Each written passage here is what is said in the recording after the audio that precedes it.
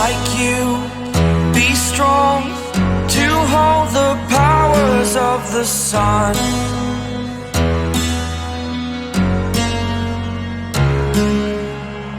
To dream, believe in strength. Now I'm the only one, only one.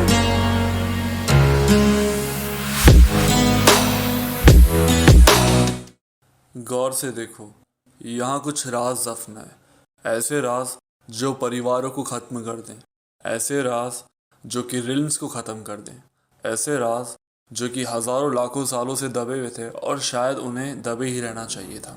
यहाँ इस जगह के अंदर टाइम खुद बंधा हुआ है।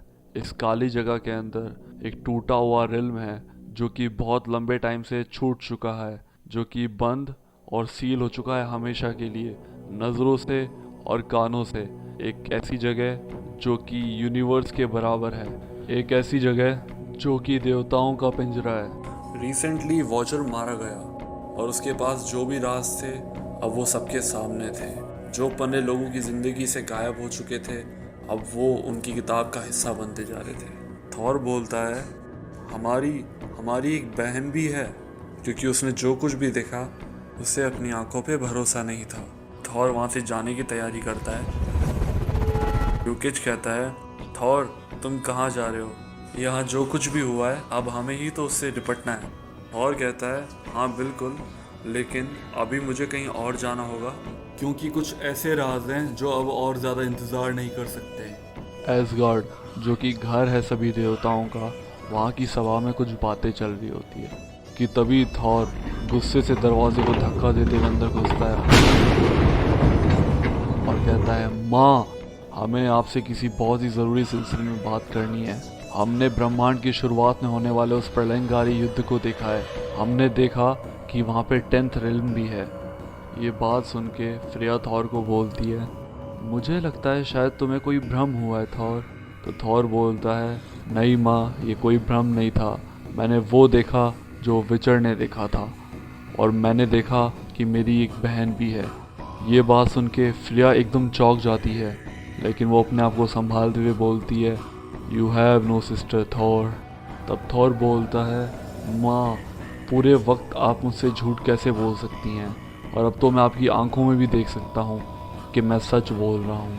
तब फ्रेया ज़ोर से चिल्ला के बोलती है, क्योंकि मैंने खुद ने देखा था उसे मरते हुए। ये बात सुन के थॉर को बुरा लगता है। उसे लगता है कि शायद उसे इस तरीके से बात नहीं करनी चाहिए थी। तब फ्रेया वापस बोलती है, नहीं थॉर, तुम्हें सच चाहिए था तो अब तुम्हें सच ही मिलेगा। बहुत पहले एक जंग हुई थी थॉर, और ये जंग एसगार्ड और 10वें रिल्म के बीच में थी। इस जंग में रानी के हाथ मेरी बेटी लग गई। उसने एक शर्त रखी ओडिन के सामने कि एसगार्ड के बदले उसको उसकी बेटी मिल सकती है अगर वो एसगार्ड सरेंडर कर दे तो।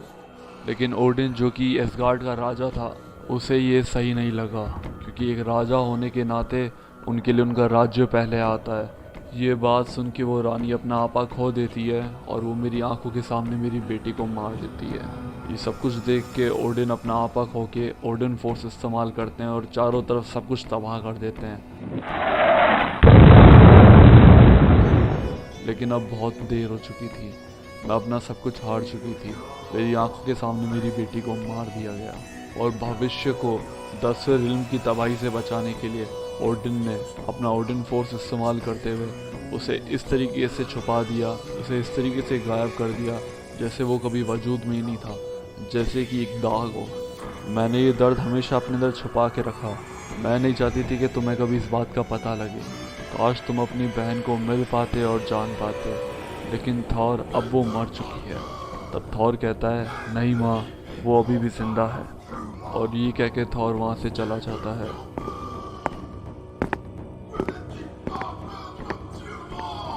फिर हम देखते हैं क्या सच में माँ? क्या आपको सच में लगता है ये सब कुछ मैंने किया? अब ये जो लोकी है, ये लोकी भविष्य के एसगार्ड से आया है। इस लोकी को भविष्य के एसगार्ड का एजेंट बना के भेजा गया है, ये देखने के लिए कि टाइमलाइन उसी हिसाब से चले जिस हिसाब से उसे चलना चाहिए। तब फ्रेया बोलती है, मुझसे झूठ मत बोलो चालबाज। लोकी बोलता है, मैंने कभी बोला भी है माँ?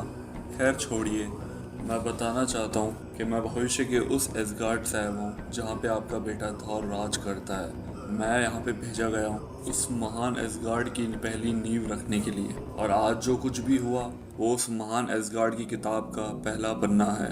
आगे हम देखते हैं कि थॉर जिससे मदद मांगने जाता है वो कोई और नहीं, वो लोकी ही होता है। हम देखते हैं कि लोकी किसी अर्थ के कैफे के अंदर बैठा हुआ बड़बड़ा रहा होता है। आखिर आप मुझसे ये कैसे कर सकती हैं माँ, ये जानते हुए कि आप मुझे किस चीज़ से बांध रही हैं। थॉर उसे देख के पूछता है, अकेले में क्या बड़बड़ा रहे हो भाई? लोकी बोलता है, वही जो मैं हमेशा करता हूँ। खैर तुम यहाँ पे किस काम से आए हो? तो थॉर उसे अपनी सारी बात बताता है और वो कहता है कि हमें तुम्हारी मदद चाहिए। तो लोकी उस बात के लिए मान जाता है और वो दोनों बहुत ही तेज रफ्तार से चलने वाले एक रथ के ऊपर बैठ के 10वें विल्म की तलाश करने के लिए निकल जाते हैं। और एक जगह पे जाके लोकी कहता है, क्या तुम्हें कुछ महसूस हो रहा है थॉर? अगर हम कंपेयर करें तो यहाँ का अंतरिक्ष बाकी जगहों की तुलना में थोड़ा घना है। मुझे लगता है यही वो जगह है जहाँ पे हमें वार करना चाहिए। अगर हम सही समय पे अगर हमारी ताकतों का इस्तेमाल करेंगे तो हम दोनों की ताकतों से ये जो दरवाज़ा है ये टूट जाएगा। तो थॉर बोलता है, क्या तुम हमें चुनौती दे रहे हो लोकी? और अगर ऐसा है तो हमें तुम्हारी चुनौती मंजूर है लोकी। और इसी के साथ एक बहुत ही भयानक तूफान को थॉर अपने हथौड़े के अंदर समन करता है। और थोड़ी देर बाद थॉर को लगता है कि अब उस हथौड़े के अंदर वो उस तूफान को और नहीं रोक सकता। तो वो लोकी को कहता है, जल्दी करो लोकी। लोकी कहता है, बस अब वार करो। और इसी के साथ में दोनों के साथ में वार करने से वो दरवाज़ा टूट जाता है। और उसके बाद में वो दोनों अपना रथ उसके अंदर तेजी से भगाते हैं और पलक झपकते ही वो लोग होते हैं 10th रिल्म के अंदर। तो आज की कहानी यहीं ख़त्म होती है। मैं अगला इशू जल्द ही लेके हाजिर हूँगा। And if you like the video don't forget to give a big thumbs up and let me know which part और what did you like the most about the story narration. And if there is any suggestion you would like to give then don't forget to mention it under the comment section below. And thanks again for watching the video.